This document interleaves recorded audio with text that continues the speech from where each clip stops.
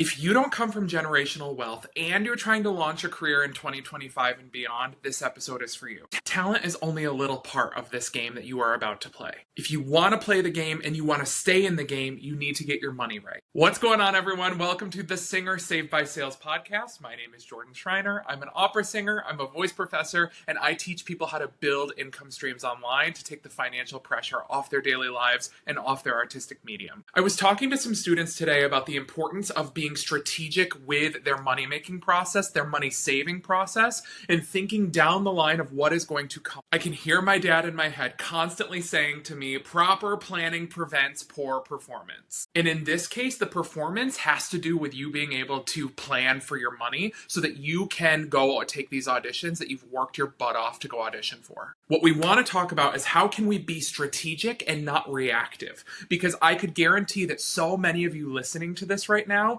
have been more reactive than strategic so far in your artistic journey. There's nothing wrong with you. You're not an idiot. That's just how we respond until we learn a better way. Grab something to write with and take a couple things down and see what you can implement to set yourself up for audition season this year. I swear, as a young artist, I looked around me and I was like, so does everyone just assume that opera singers come from generational wealth, that everyone just has mommy or daddy's Amex? Because it's not true.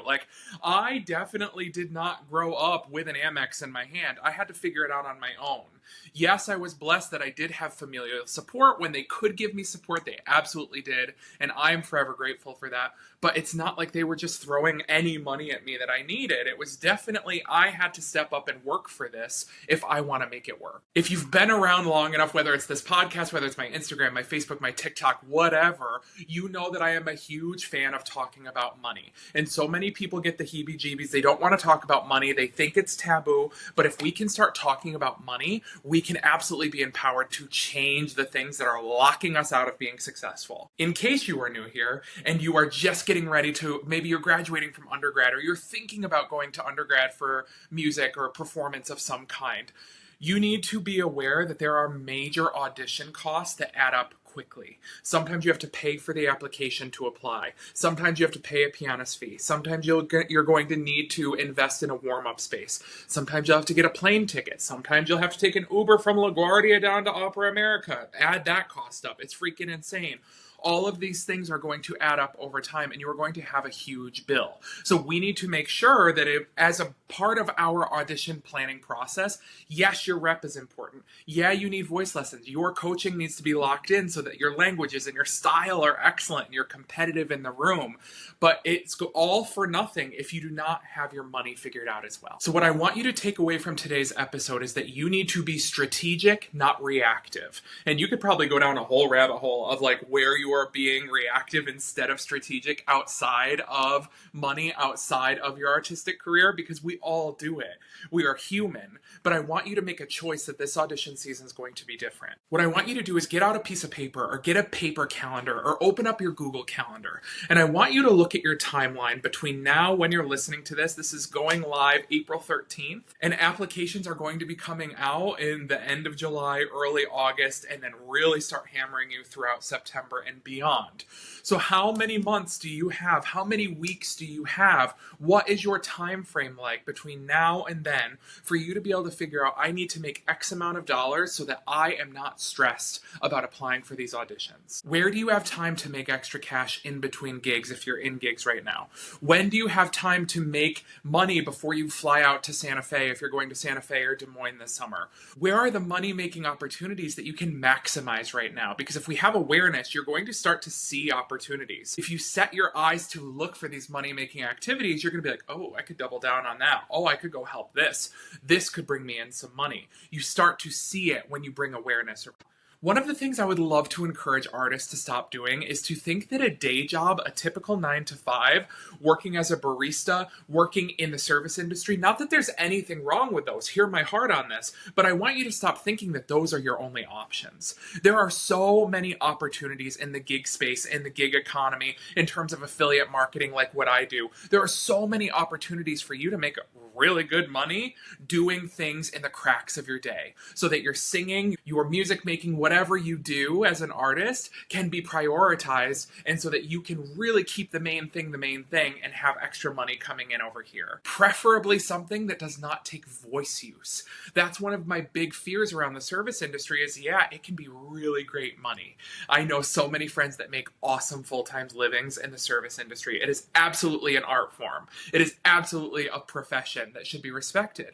It also comes with a lot of voice use. So thinking about what are the ways that I can make an above average income to put this money away and not wreck my voice and have time to practice and have time and energy to still go to my voice lesson tomorrow. If I was starting over in 2025 and I was listening to this podcast in May and I knew that I had to make some money, I had to get myself ready for this upcoming audition season financially, these are the three things I would think about. Number one, can I start an income stream, something on the side, something that is flexible, that is not going to drain me, that is not going to drain my energy, that's not going to drain my vocal energy. Number two, I need to start building a savings account that is dedicated towards these funds that are coming up.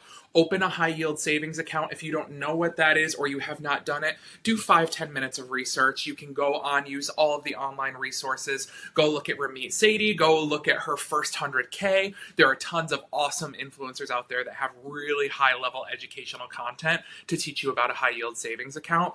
Go look one of those up. Go open it and go start putting some money away for your audition season now. The third thing I would be doing as I'm getting ready for audition season is that I would double, triple, quadruple down on my digital presence. I would make sure there is content. I would make sure that I have affiliate marketing links in my social media. I would make sure that I am networking on social media so that all of this can kind of snowball into a successful career. If you have the money coming in, it's going to help your success. If people know who you are, that's going to help your success. This is going to be something that is super powerful in 2025 and beyond. I know there is a hustle aspect to this, and some of you are anti-hustle culture. I hear you, I see you, but this is hard work. It takes a lot of work to get an artistic career off the ground. It takes a lot of financial capital to get your artistic career off the ground. So if you want this bad enough, if you decide you're going to run for it, and you have a specific vision for what this career is going to be, what you want it to be, you have to realize that you have to work your butt off. It's not going to be dropped into your lap, especially if you don't come from a very specific situation or you don't have your parents' Amex. You have to make it happen. You need to foot the bill. And the best thing you could do is realize that the bill is coming and get ahead of it, because then you can be strategic and not be reactive. So here's the tactical part of this podcast I want every single one of you to do if you're listening to this. And even if you're not an opera singer like me, I want you to figure out a way to do this exercise in your real life because it's going to help. I want you to go on Yap Tracker and I want you to look through all of the 2024 auditions. What would your dream audition season look like last year? Which companies would you have applied for? Which cities would you have gone to, whether travel or you live there already or you'd have to fly there? Write down all of those dream auditions. Where would they be? And what are the costs associated with it?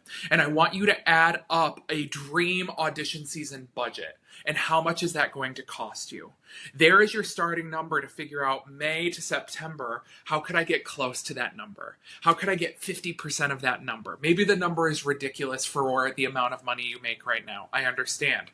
Maybe you could get 25% or 20% of that dream budget. Because if you do nothing, you're just screwed. But if you do something, you are actively making your situation better. You are actively putting yourself in a better position to go succeed this coming audition season. And then what? You save this money, say you land 0 auditions and you have this money left over. You have a personal development fund waiting for you to invest in your voice lessons, invest into vocal coaching. Maybe you need to revamp your website. Maybe you need new recordings and you didn't have the capital to invest in high-level recordings this year.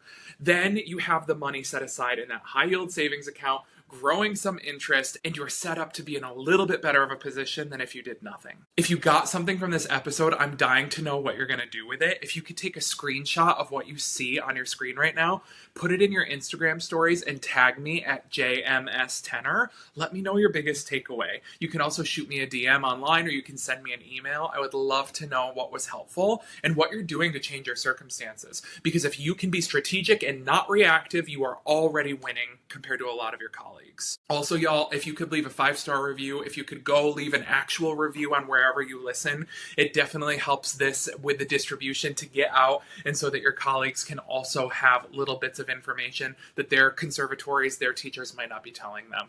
So go click subscribe, go leave a review, and if you can put it in your Instagram stories, I would love you forever. Be sure to tune in next week for the next episode. I hope you all have a great week. Stay happy, stay healthy, and we'll see you on the next one.